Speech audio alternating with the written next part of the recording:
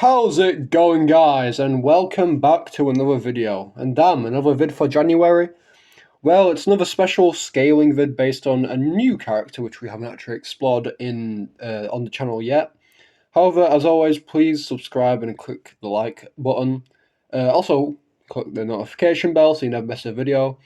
Of course, we're close to hitting 500, and if we were to reach it, I'll do some special video or something like that, because why not?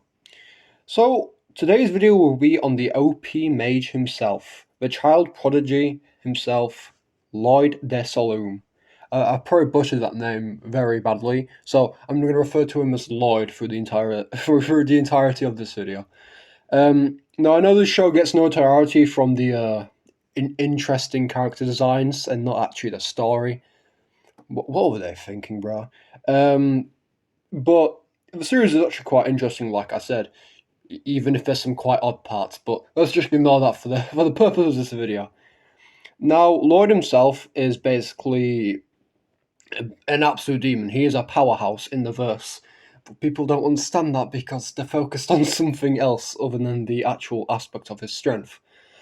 Now, for people who haven't watched the show, I'll basically do a quick summary. Basically, this dude gets sold by a bunch of these higher royals for being a peasant, and he reincarnates into this one of the strongest princes of the king, that being Lloyd.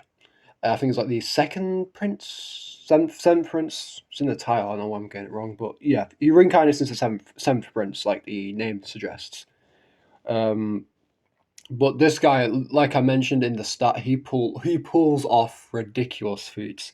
Now, at a young age, like I mentioned, he pulls off some of the craziest feats. For example, when he trains with his magic, yes, trains, this is at a point where he hasn't even mastered it properly, he rips a hole through the damn stratosphere.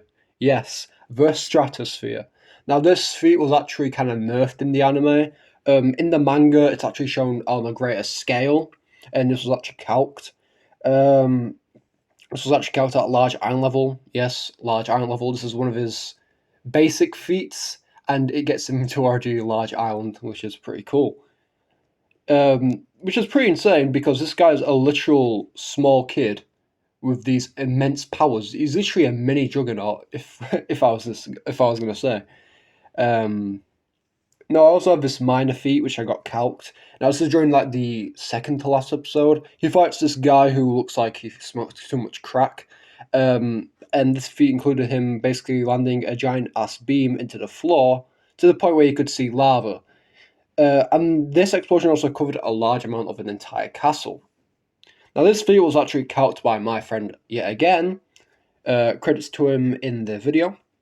This is a lower end feat, although, because it only ranges into sea level. However, this was pretty much his minor attack, his usual attacks, which is pretty wild. Because if he's going all out, he's already large island. But if he's not going all out, he's like sea level, which is pretty crazy. For his speed, though, it gets even more ridiculous.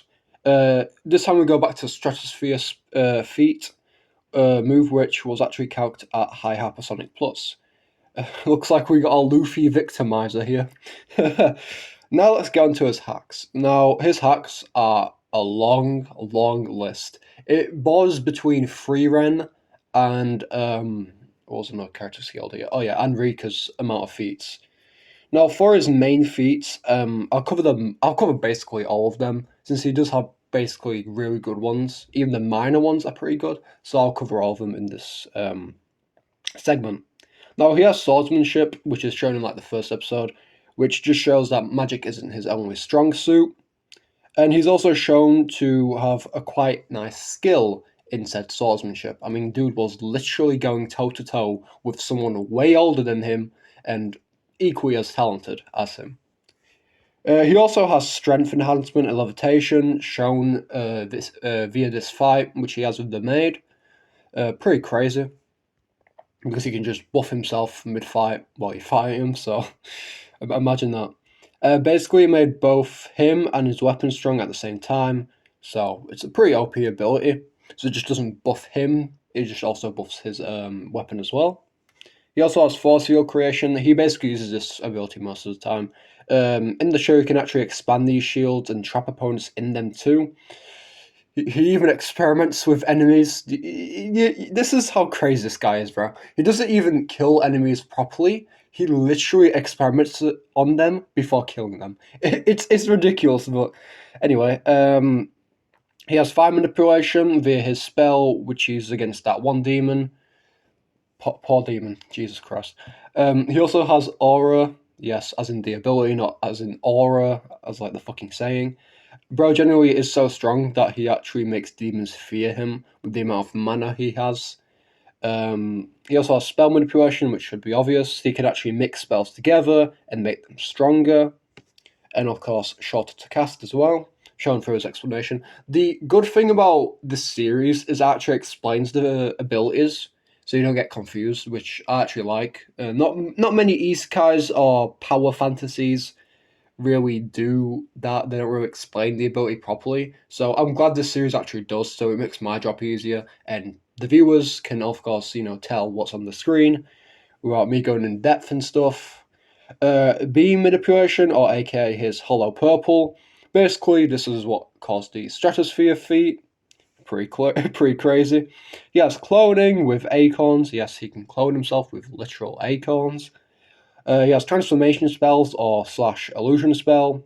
You can basically make himself look older, which is a niche feat, but cool, I guess. He has also low end transmutation. He can basically make a plant with his own mental abilities, which is a minor feat, but whatever, I guess. He has purification, cleanses poisons and all that crap, pretty much. So the usual. He has martial arts, which is crazy. Imagine 1v1ing a literal child and he somehow gets the upper hand because he has more knowledge in martial arts. It's also wild to me. He also has lightning manipulation via shattering thunderbolt. He has magic analysis. Like the name implies, he just analyzes magic.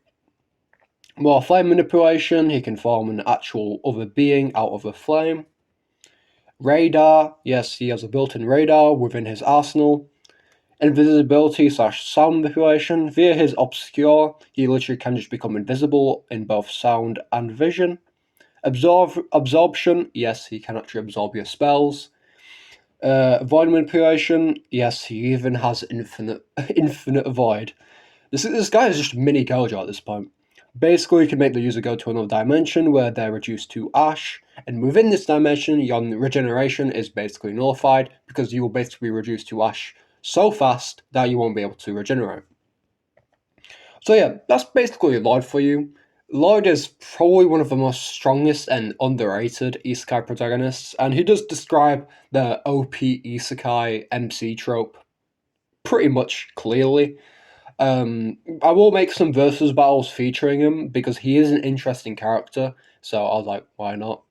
But as always, please like, subscribe, and click the bell, and we will see you in the next one. Bye bye.